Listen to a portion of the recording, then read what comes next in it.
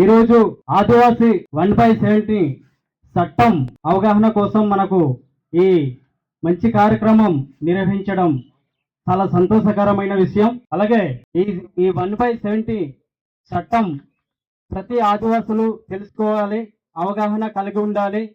అలాగే గ్రామంలో ఉన్నటువంటి చట్టాల కోసం తెలుసుకున్న మనలాంటి యువత, అలాగే చట్టం కోసం అవగాహన ఉన్నటువంటి వాళ్ళు గ్రామస్తులందరికీ అవగాహన కార్యక్రమం కల్పించాలి.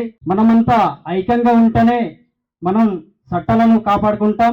అలాగే ఈ యొక్క అవకాశం ఇచ్చినటువంటి గ్రామస్తులందరికీ అలాగే పెద్దలందరికీ ధన్యవాదములు. మా ఊరి గొడిచింత గ్రామము.